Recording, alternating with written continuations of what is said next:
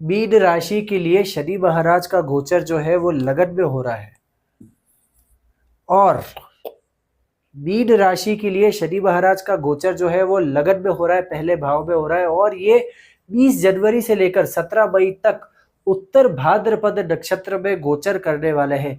पर क्या सभी मीन राशि वालों के लिए सेम फल, सेम गोचर का फल आने वाला है? ऐसा बिल्कुल भी नहीं है। अगर आपका जन्म उत्तर भाद्रपद नक्षत्र, पूर्व भाद्रपद नक्षत्र और रेवती नक्षत्र में हुआ है, जो मीन राशि के ही अपने नक्षत्र है, तो आपका फल अलग अलग इस गोचर का आपको मिलने वाला है। तो इस वीडियो के एंड तक मेरे साथ बने रहिए। हम लास्ट में इसका एक डीपर एनालिसिस करेंगे, जिससे सारा क्लियर हो जाएगा कि आपको इसके क्या फल मिलेंगे। पर अभी फिलहाल हम देख लेते हैं कि शनि महाराज जब भी उत्तर भाद्रपद नक्षत्र में गोचर करते हैं, तब वे अपनी इन दो राशियों को, मकर राशि और कुंभ राशि को एक्टिवेट करते हैं। एक्टिवेट करने का मतलब है वहां के फल वो उजागर कर देते हैं। तो जो भी लोगों को इस पीरियड में, इस पीरियड से पहले बड़े लाभ नहीं हो रहे थे, या फिर आपको फॉरेन से इनकम नहीं हो रही थी, तो ये पीरियड बहुत अच्छा है कि आपको इस पीरियड में फॉरेन से भी इनकम होगा, बहुत बड़े बड़े प्रॉफिट्स भी होंगे। पर क्योंकि शनि महाराज अभी आपके लगन में है, आपके चंद्रमा के ऊपर ट्रांजिट कर रहे हैं, तो कहीं ना कहीं आपको एक स्ट्रेसफुल सिचुएशन बना रहता होगा। और एक बहुत, हमेशा चंद्रमा के साथ जब भी शनि होते हैं ना, तो एक अंडर प्रेशर फील करता है व्यक्ति, बहुत ज्यादा प्रेशर फील करता है और चीजों को बहुत बदलना चाहता है।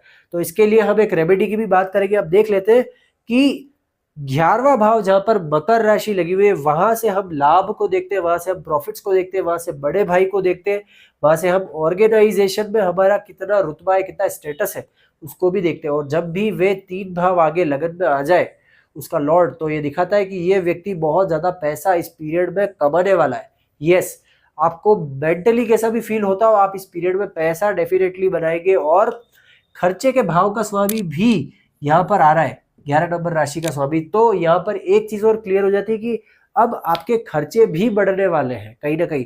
पर अगर आपने इस पैसे को, क्योंकि 12वें भाव से हिडन इन्वेस्टमेंट को भी देखा जा सकता है, तो अगर आपने अपने पैसे को हिडनली इन्वेस्ट कर रखा है किसी जगह पे, तो ये गोचर आपको एक्यूमुलेशन ऑफ वेल्थ भी दे सकता है।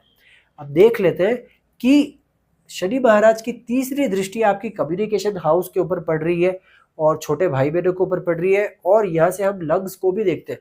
तो कहीं ना कहीं आपको इस पीरियड में लंग्स से रिलेटेड या खांसी जुकाम, सर्दी जुकाम, ऐसी चीजों को लेकर आपको ध्यान रखना चाहिए। अगर आप एक स्मोकर है तो बिल्कुल ये चीज छोड़ देनी चाहिए।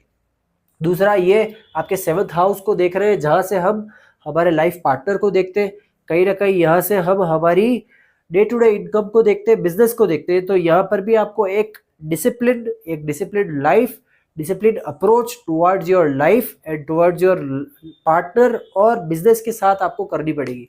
और 10वीं दृष्टि यहाँ पर इनके कर्म स्थान के ऊपर पड़ रही है शनि महाराज की, जहां से हम जो है कहीं ना कहीं हमारा स्टेटस देखते हैं सोसाइटी में, और हमारा कितना फादर से हमें इनकम और वेल्थ प्राप्त होगा। तो यहाँ पर ये 3 बड़े भावों को ये रूल कर रहा है, कहीं ना कहीं इम्पैक्ट मार रहा है शनि महाराज। एक तो लगन, दूसरा 7वां भाव, और तीसरा ये 10वां भाव। तो यहाँ पर आपको एक बहुत ज्यादा डिसिप्लिन की इस पीरियड में जरूरत है, क्योंकि सैटर्न तभी अच्छा फल देंगे जब आप एक बहुत मजबूत, बहुत कड़क डिसिप्लिन फॉलो करते हैं।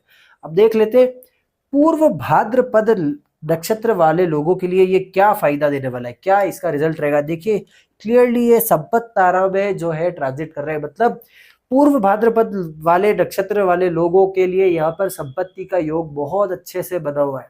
तो ये खुश होने की बात है। और यहाँ पर अगर आपका उत्तर भाद्रपद नक्षत्र है, तो ये जन्म नक्षत्र आपका है, तो यहाँ पर आपको क्या होगा कि ये एक न्यूट्रल आपको इफेक्ट देने वाला है। मतलब जिस हिसाब से आपने कर्म किए होंगे उस हिसाब से आपको यहाँ पर रिजल्ट मिलेंगे। साथ ही रेवती के लिए, जो बुध का अपना नक्षत्र है, उसके लिए ये अति मित्र तारा में जा रहा है। इसका मतलब ये होगा कि आपको अगर कोई काम अटके हुए भी थे ना, तो 20 जनवरी के बाद से आपके अटके हुए काम भी सॉर्ट आउट होने लग जाएंगे। ये क्लियरली शनि महाराज का यहाँ पर आपको गोचर फेवरेबल कंडीशंस के लिए आया है, और आपको फेवर ही देगा इस पीरियड में आके। तो अगर आपको ये वीडियो, आपको ये एनालिसिस अच्छा लगा हो, तो इस वीडियो को लाइक करें, अपने दोस्तों के साथ शेयर करें, और इस चैनल को सब्सक्राइब करना ना भूलें। नमस्कार।